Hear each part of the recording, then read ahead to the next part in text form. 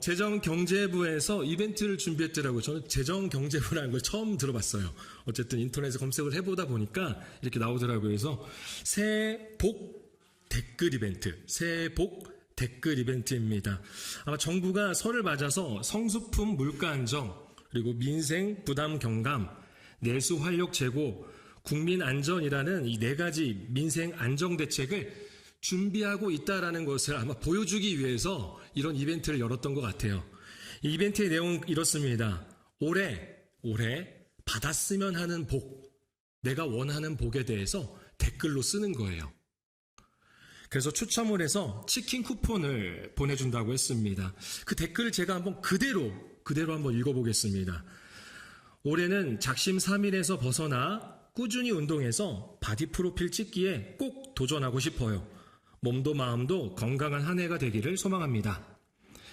부모님 모시고 효도관광 한번 다녀오는 게 올해 가장 큰 목표입니다. 온 가족이 웃음꽃 피우며 여행하는 행복한 복을 받고 싶어요. 건강이 최고, 모두 건강했으면 좋겠어요. 자영업을 하고 있는데 요즘 유독 더 힘이 듭니다. 이제 그만둬야 하나 생각도 들지만 그게 생각만큼 쉽게 정리되고 그런 건 또 아니어서 고민이 많아요. 저희 가게가 입소문이 나서 손님들이 많아졌으면 좋겠습니다. 그리고 천혜향이라는 아이디의 분은 여자친구 사귀고 싶어요 라고 이렇게 본인의 소원을 또 쓰기도 했습니다. 그 외에도 재취업하기, 아기를 가지고 싶습니다. 2년 동안 낙방한 공인중개사 시험에 꼭 합격하고 싶습니다. 매주 로또를 사는데 이번엔 제발 꼭 좀 되게 해주세요. 어머니가 수술을 앞두고 있는데 수술 잘 되게 해주세요. 등등의 그런 자신들이 생각하는 복, 자신이 원하는 복을 이렇게 댓글로 써놨습니다. 혹시 이 중에 여러분들이 원하시는 복이 있습니까? 네. 있다면, 그리고 없어도 여러분들 각자의 생각하는 복이 있을 줄 믿습니다. 주님 안에서 그러한 많은 복들을 누리시기를 소망합니다. 새해 복 많이 받으십시오. 네. 오늘 말씀에서도 마찬가지입니다. 새해 복 많이 받으세요는 결국 축복이잖아요. 복을 빌어주는 거예요. 축복은 복을 빌다거든요. 오늘 말씀에서도 하나님께서 축복하라고 명령하세요. 하나님께서는 제사장들을 통해 이스라엘 백성들이, 당신의 백성인 이스라엘 백성들이 복 받기를 원하십니다. 우리 같이 22절과 23절, 본문 22절과 23절을 같이 읽어보겠습니다. 여호와께서 모세에게 말씀하여 이르시되 아론과 그의 아들들에게 말하여 이르기를 너희는 이스라엘 자손을 위하여 이렇게 축복하여 이르되, 축복하여 이르되라고 했는데요. 이 말은 축복하라 라고 하나님께서 명령하시는 겁니다. 그러니까 우선은 모세에게 말씀합니다. 그러니까 모세 보고 하라는 게 아니에요. 모세에게 말씀하는데 뭐라고 해요? 야, 제사장들 있잖아. 아론과 아론의 자손들 있지? 그 아들들 있지? 그 제사장들을 통해서 내 백성 이스라엘을 축복하게 해! 라는 거예요. 당시 이스라엘의 왕이자 선지자인 모세를 통해 이스라엘의 제사장인 아론과 그의 아들들이 백성들에게 축복기도, 우리는 이걸 줄여서 뭐라고 하죠? 축도라고도 하죠. 축도가 사실은 축복기도예요. 그렇게 축복기도를 하게 하셨습니다. 이 축복기도는 오직 이스라엘의 제사장인 아론과 그리고 아론의 아들들만 할 수 있었습니다. 모세도 할 수 없어요. 제사장만 할 수 있다는 거죠. 하나님이 그렇게 하셨습니다. 그런데 신약에 와서는 구약시대의 모세와 아론의 역할을 혼자서 온전히 거룩하게 감당하신 분이 계십니다. 누구죠? 그렇죠. 예수님, 예수 그리스도이십니다. 예수 그리스도는 영원한 왕이시고 선지자이시고 대제사장이십니다. 대제사장이신 예수 그리스도께서 영적 이스라엘인 저와 여러분, 우리에게 그렇게 축복하시는 겁니다. 그래서 하나님의 복을 우리가 누리게 된 것입니다.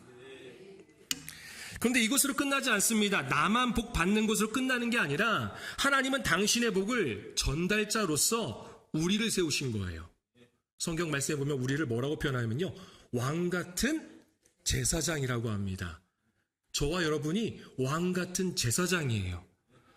왕 같은 제사장이 하는 것은 결국 뭐예요? 축복하는 거예요. 축복. 하나님의 이름으로 축복하는 겁니다.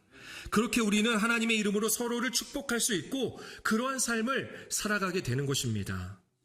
여러분 기억하십시오. 우리는 복의 전달자입니다. 복의 전달자. 하나님께서 여러분을 각 가정과 교회 안에서 또 이웃을 위해 축복하라고 복의 전달자로 세워주셨습니다. 무엇보다 이번 명절 그리고 모임과 만남 가운데 복의 전달자인 여러분들을 통해서 축복이 가득하기를 소망합니다. 그렇게 우리는 복의 전달자로서 축복해야 합니다. 그런데 중요한 게 있습니다. 축복을 하는 사람보다 더 중요한 것은요, 그 복의 근원, 복의 주체자가 누구냐라는 것입니다. 그 복을 주시는 분이 누구냐라는 거예요. 우리 함께 24절에서부터 26절까지, 본문 24절에서부터 26절까지 함께 읽겠습니다. 여호와는 내게 복을 주시고 너를 지키시기를 원하며 여호와는 그의 얼굴을 내게 비추사 은혜 베푸시기를 원하며 여호와는 그 얼굴을 내게로 향하여 드사 평강 주시기를 원하노라. 아멘. 아론과 그의 아들들, 다시 말해서 제사장은요, 하나님의 이름으로 축복을 합니다. 복을 빌어줄 수가 있어요. 그런데 그 복이 제사장으로부터 나오는 걸까요? 제사장이 복을 줄 수가 있나요? 아니죠. 복을 갖고 있는 게 아닙니다. 그러한 권위가 없습니다. 방금 읽었던 24절에서 26절에 보면 한 절 한 절마다 축복이 선언되는데 그 축복의 시작은 어떻게 돼요? 여호와는이에요. 복의 근원은, 복의 주체자는 여호와, 다시 말해서 하나님이라는 겁니다. 오직 하나님이 복의 근원이시고 복의 주체자이십니다. 우리가 그렇게 축복하는 것입니다. 때론 우리가 누군가 나를 위해 기도하고 축복하는 것에 대해서 가볍게 생각하거나 별로 크게 와닿지 않게 느껴질 때가 있어요. 여러분들 혹시 그런 말 들어보신 적 있잖아요. 누군가 나에게 와서 권사님, 제가 권사님을 위해서 기도하고 있습니다. 축복합니다. 집사님 축복해요. 장로님 위해서 기도할게요. 고마운 건 아는데 그렇게 크게 와닿질 않아요. 그냥 당연하게 생각할 때도 있습니다. 왜 그럴까요? 그렇게 나를 축복하는, 그렇게 나를 위해 기도하는 사람의 외적인 모습을 보기 때문입니다. 그 사람의 신앙, 그 사람의 능력, 또는 그 사람의 형편을 보는 겁니다. 그러니 어때요? 뭐야, 나보다 못 배웠으면서, 나보다 돈도 없으면서, 나보다 건강하지도 않으면서, 지금 누가 누구를 위해서 기도한다는 거야? 누가 누구를 위해서 축복한다는 거야? 라는 거죠. 유대의 랍비들은요, 이렇게 서로에게 경고를 했습니다. 당신은 행여 이 초라한 제사장이 나에게 무슨 축복을 베풀 수 있겠는가? 라는 말을 하지 말라. 왜냐하면 당신에게 복을 주시는 자는 그 제사장이 아니라 그 제사장을 통해 말씀하시는 거룩하신 하나님이시기 때문이다. 아멘. 여러분, 물론 축복하는 사람도 중요하겠지만 그보다 훨씬 더 중요한 것은 그를 통해 말씀하시는, 그를 통해 복 주시기를 원하시는 복의 주체자이신 하나님이십니다. 하나님은 당신의 백성 모두가 이 세상의 복뿐만이 아니라 진짜 영원의 복을 누리기를, 그렇게 받기를 원하십니다. 우리 27절, 본문 27절 함께 읽어보겠습니다. 그들은 이같이 내 이름으로 이스라엘 자손에게 축복할지니 내가 그들에게 복을 주리라. 아멘. 내 이름으로 이스라엘 자손에게 축복할지니. 여러분, 이름은요, 그 사람의 인격과 성품을 대변하는 것입니다. 이름은 그 사람의 인격과 성품을 대변하는 거예요. 요즘은 그런 표현 잘 안 씁니다. 예전에 이름이 너무 중요했거든요. 그래서 예전에 이런 표현 썼잖아요. 뭔가 확신을 주고 싶거나 또는 맹세할 일이 생기면은 어떻게 해요? 내 이름 석자 걸고 말할게. 그랬잖아요. 예. 그렇게들 말했습니다. 근데 이것도 안 통하면 어떻게 해요? 우리 부모님의 이름을 걸고 말할게. 그렇게 맹세할게. 라고 했어요. 이름이 갖는 의미가 있다라는 거죠. 이름으로 무엇을 말한다라는 것은 곧 자신의 모든 의지와 인격을 내걸고 있다라는 것을 말해주고 있습니다. 그런데 하나님께서 그렇게 말씀하시는 거예요. 뭐라고 말씀하세요? 이같이 내 이름으로 이스라엘 자손에게 축복할지니, 내 이름을 걸고 축복하라라는 거예요. 하나님의 이름을 걸고 축복한다라는 것은 하나님께서 반드시 축복해 주시겠다라는 하나님의 의지적 표현인 것입니다. 당신의 모든 의지와 인격과 명예를 걸고라도 그 축복의 내용을 반드시 이루시겠다라는 거예요. 여러분 기억하십시오. 복의 주체자는 하나님이십니다. 일시적인 웃음과 행복을 주는 세상의 것이 아니라 강한 의지로 당신의 백성인 우리 모두에게 복 주시기를 원하시는 하나님이 복의 주체자이십니다. 자, 그렇다면은 이제 우리는 복의 전달자이고 그리고 복의 근원이자 복의 주체자이신 하나님의 이름으로서 우리는 그 복을 빌어주면 되는 거예요. 그렇게 축복을 하면 됩니다. 그럼 어떤 축복을 해야 될까요? 오늘 말씀은 세 가지의 축복을 말하고 있습니다. 하나님이 주시는, 아니 우리에게 주시기를 원하시는 세 가지의 복이면서 우리가 하나님께 누군가를 위해 해야 하는 세 가지 축복을 소개하고 있습니다. 그 첫 번째는 바로 24절 말씀 같이 한번 읽어볼까요? 24절입니다. 여호와는 내게 복을 주시고 너를 지키시기를 원하며. 아멘. 하나님께서 지켜주시는 바로 하나님의 보호입니다. 축복이 선포되는 오늘 본문의 현장은 어디일까요? 지금 본문 말씀 민수기잖아요. 지금 어디서 선포되고 있는 거죠? 애굽입니까? 가나안입니까? 아니에요. 그렇죠. 누군가 말씀하셨는데 바로 광야입니다. 광야는 죽음의 땅입니다. 낮에는 타는 듯한 열기가 있고요. 밤에는 큰 일교차로 인해서 얼어 죽을 정도의 추위가 있습니다. 이스라엘 백성은 이런 죽음의 땅에서 행진해야 되고 때로는 강력한 이방 세력과 맞부딪혀야 하는 상황을 맞이할 수도 있습니다. 그들은 전투에 능한 자도 아니고 무기도 없습니다. 그래서 그들에게 가장 필요한 것은 하나님이 지켜주시는 하나님의 보호입니다. 그들이 의지할 수 있는 것은 단 하나, 하나님의 지켜주심, 바로 보호입니다. 당신의 백성을 지키시는 하나님의 보호를 시편 기자는요 이렇게 고백을 합니다. 시편 121편 4절에서 6절인데요. 우리 같이 한번 읽어보겠습니다. 이스라엘을 지키시는 이는 졸지도 아니하시고 주무시지도 아니하시리로다. 여호와는 너를 지키시는 이시라. 여호와께서 내 오른쪽에서 내 그늘이 되시나니 낮에 해가 너를 상하게 하지 아니하며 밤의 달도 너를 해치지 아니하리로다. 아멘. 우리를 위해서 졸지도 주무시지도 아니하시는 하나님의 보호하심이 충만하기를 축복합니다. 우리를 상하게 하고 해치는 것들은 사실 이 세상에 너무나도 많습니다. 또 앞으로 펼쳐질 수도 있고요.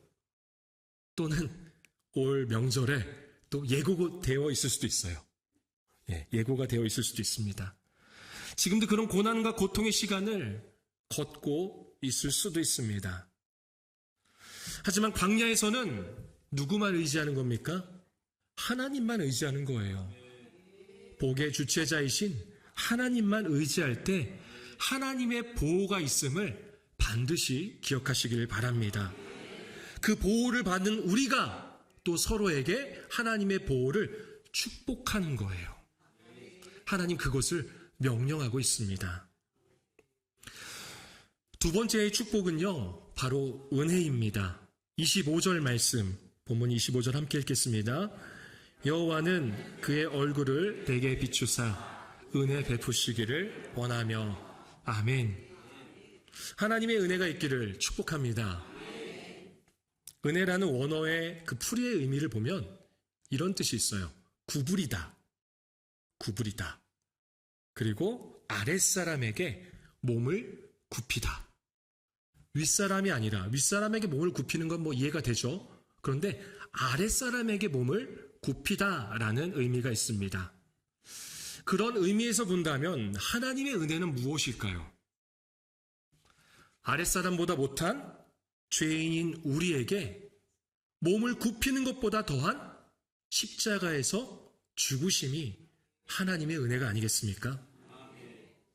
죄인인지도 모르고 살던 나를, 그래서 영원한 형벌, 지옥에 갈 수밖에 없었던 나를 위해서 조건 없이 십자가에서 죽으신 것이 바로 은혜입니다. 여러분, 이스라엘 백성들은 광야에서 하나님만 의지했습니까? 하나님만 의지했나요? 하나님만으로 만족했습니까? 아니죠. 예. 출애굽기 16장 3절 말씀에 나와 있는데요. 우리 같이 한번 읽어보겠습니다. 이스라엘 자손이 그들에게 이르되 우리가 애굽 땅에서 고기 가마 곁에 앉아 있던 때와 떡을 배불리 먹던 때에 여호와의 손에 너희가 이 광야로 우리를 인도해 내어 이 온 회중이 줄여 죽게 하는도다. 이스라엘 백성들이 배가 고프니까 불평하기 시작합니다. 이스라엘의 지도자인 모세와 아론에게 불평을 합니다. 모세와 아론에게 불평한다는 것은 그들을 세우신 하나님에게 불평한다는 것과 같습니다. 이해가 됩니다. 네, 이해가 돼요. 잠자리도 불편하고요. 먹을 것도 마음에 들지 않습니다. 환경도 마음에 들지 않아요. 아마 이 시대의 삶으로 비교해 보자면은 가장 중요한 것은 어찌 보면 재미 아닐까요? 광야의 삶은 그리 재미있지 않습니다. 아니, 재미란 요소가 없어요. 그러자 이들은 하나님에 대해서 불평하기 시작합니다. 제가 하나님이었다면 아마 그 자리에서 이 백성들을 죽였을 것 같아요. 아, 그래? 그럼 오늘 죽여줄게, 지금. 네 소원 이루어주마. 라고 했을 것 같습니다. 죽어 마땅한 자들입니다. 살 자격이 없는 자들입니다. 그런데 그런 그들에게 하나님은요, 만나를 허락하십니다. 그들의 양식을 허락하신다라는 거예요. 이것이 바로 자격 없는 자에게 주시는 은혜입니다. 광야와 같은 세상을 살아가면서 하나님만 의지하겠다고, 하나님만 선택하겠다고 결단하고 다짐해 본 적 있지 않으십니까? 하지만 뒤돌아보면 여전히 나의 부끄러움만 남습니다. 그럼에도 불구하고 하나님은 나를 심판하시는 것이 아니라 오히려 은혜를 베푸십니다. 구원받을 자격이 없는 나를 위해서 하나님은 십자가에 대신 죽으셨습니다. 나의 죄를 용서하셨고 그렇게 영원히 나와 함께하기 위해서 은혜를 베푸신 것이죠. 여러분, 하나님의 은혜가 여러분과 여러분의 가정, 그리고 여러분들의 사업장, 또 앞으로의 계획, 올 한 해의 삶 가운데 충만하기를 소망합니다. 여러분도 각자의 삶의 현장에서 하나님의 은혜로 서로를 축복하는 복의 전달자가 되시기를 원합니다. 세 번째 축복은요, 평강입니다. 평강. 우리 26절 말씀, 본문 26절 함께 읽겠습니다. 여호와는 그 얼굴을 내게로 향하여 드사 평강 주시기를 원하노라 할지니라 하라. 평강, 평안, 화평, 평화 다 같은 의미죠. 사실 평강이란 말은요, 광야와는 전혀 맞지가 않는 단어입니다. 하지만 이 평강은 외적인 것만을 이야기하는 것이 아닙니다. 내적인 기쁨, 그 기쁨이 충만한 상태를 평강이라고 말하는 것입니다. 광야는요, 외적으로 보면요, 절대로 평강할 수가 없습니다. 춥습니다. 더워요. 배고픕니다. 제대로 씻지도 못합니다. 무엇보다 너무 재미없어요. 너무 재미없어요. 그런데 그 환경을 초월하는 기쁨인 평강을 하나님이 주신다라는 겁니다. 그것을 축복하라는 거예요. 예수님도 이렇게 말씀하셨습니다. 요한복음 14장 26절 27절입니다. 우리 두 절 한 목소리로 읽겠습니다.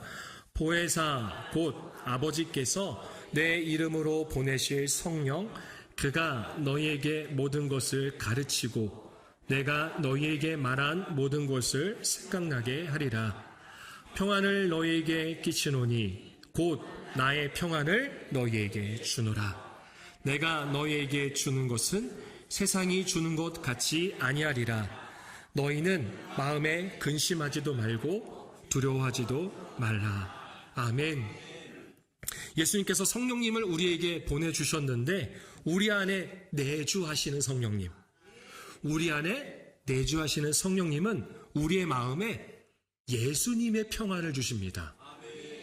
예수님의 평안. 나의 평안이 너희에게 주노라 라고 하잖아요. 이 평안은요, 세상이 주는 평안이 아닙니다. 세상이 주는 평안은 여전히 마음에 근심하고 두려울 수밖에 없습니다. 이 평안이 언제 끝날까 두려워할 수밖에 없어요. 하지만 성령이 주시는 예수님의 평안은 환경을 초월하는 기쁨입니다. 예수님이 주시는 평안이 성령을 통해 여러분의 마음과 삶에 충만하기를 축복합니다. 그리고 여러분도 각 가정과 교회와 그리고 올 한 해 그리고 각 모임 가운데 축복하시기를 원합니다. 미국 시카고 대학의 법리학 교수이면서 변호사였던 호라티오 스패포드라는 사람이 있습니다. 이 스패포드는 1871년에 일어난 시카고 대화재로 인해서 전 재산을 다 잃었습니다. 그리고 이 전 재산을 잃기 직전에는요, 자신의 아들을 잃었습니다. 광야와 같은 거듭되는 엄청난 시련 앞에서 스패포드와 그의 가족에게는 정신적인 휴식이 필요했습니다. 그래서 2년 뒤에 스패포드와 아내 그리고 4명의 딸들은 유럽으로 여행을 떠나기로 계획을 했습니다. 그런데 스패포드에게 갑자기 전도 일정이 생겨서 그것을 조율하느라 함께 먼저 갈 수는 없고 대신 아내와 4딸을 먼저 배에 태워서 유럽으로 보내게 됩니다. 1873년 11월 15일 뉴욕항에서 출발한 프랑스 여객선은 7일 뒤 22일 새벽 2시에 대서양 한가운데서 영국의 철갑선과 충돌하게 됩니다. 충돌한 배는 불과 12분 만에 바닷속으로 가라앉습니다. 이 사고로 266명의 승객이 생명을 잃었습니다. 266명 중에는 스패포드의 딸들도 있었습니다. 12살의 애니, 7살의 매기, 4살의 베시, 그리고 18개월 된 아기까지. 스패포드의 아내만 물 위에 떠올라 구명정에 의해 구조가 되었습니다. 9일 후 스패포드는 이 소식을 듣게 됩니다. 당시 스패포드의 나이는요, 45이었습니다. 그는 절망하게 됩니다. 더 깊은 광야의 시간을 보내게 되는 거죠. 어쨌든 생존한 아내를 만나기 위해서 영국행 배에 오르게 됩니다. 배가 대서양을 지나던 중에 배의 선장이 스패포드에게 곧 당신의 딸들이 잠긴 곳을 지나게 될 것입니다 라고 알려줘요. 스패포드는 선실로 돌아와 아픔과 슬픔으로 밤이 새도록 하나님께 울부짖었습니다. 그런데 새벽 3시가 되자 지금껏 경험하지 못한 놀라운 평안이 그의 마음에 깃들게 됩니다. 아침이 되고 새벽에 성령이 주신 영감으로써 시를 씁니다. 그 시의 제목은 It is well with my soul 이라는 시인데요. 우리는 이 시를 이렇게 찬양하죠. 내 영혼 평안해 내 영혼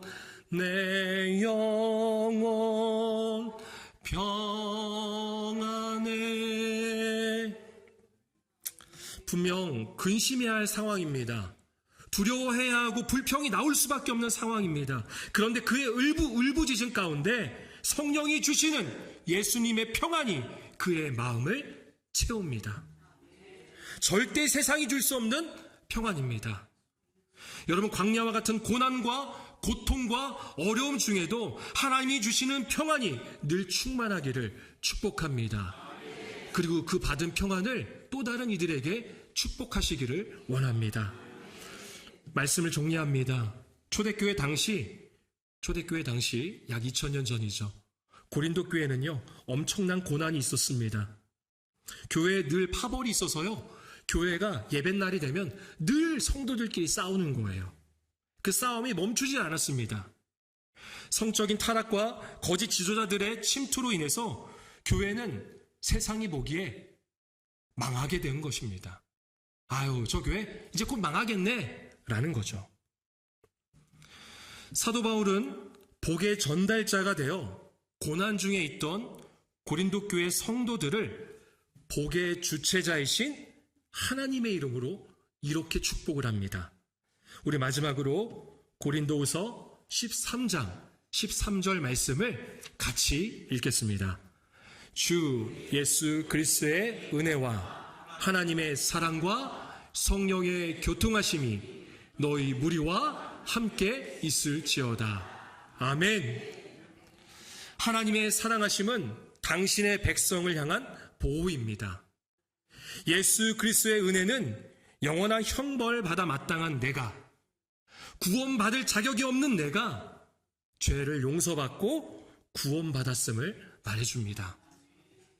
성령의 교통하심은 아무 때나 어디서나 늘 기뻐할 수 있는 예수님이 주시는 평강이 우리 안에 충만함을 말해줍니다. 여러분, 하나님은 우리에게 보호하시고 은혜를 베푸시길 원하시며 평강 주시기를 원하십니다. 그리고 이러한 복을 받은 우리로 하여금 복의 전달자가 되어서 우리가 속한 가정과 교회 그리고 이웃들에게 복의 주체자이신 하나님의 이름으로써 축복하기를 원하십니다. 이제 그 복의 전달자의 사명을 오늘부터 이제부터 시작하는 겁니다. 그한 저와 여러분이 되기를 소망합니다.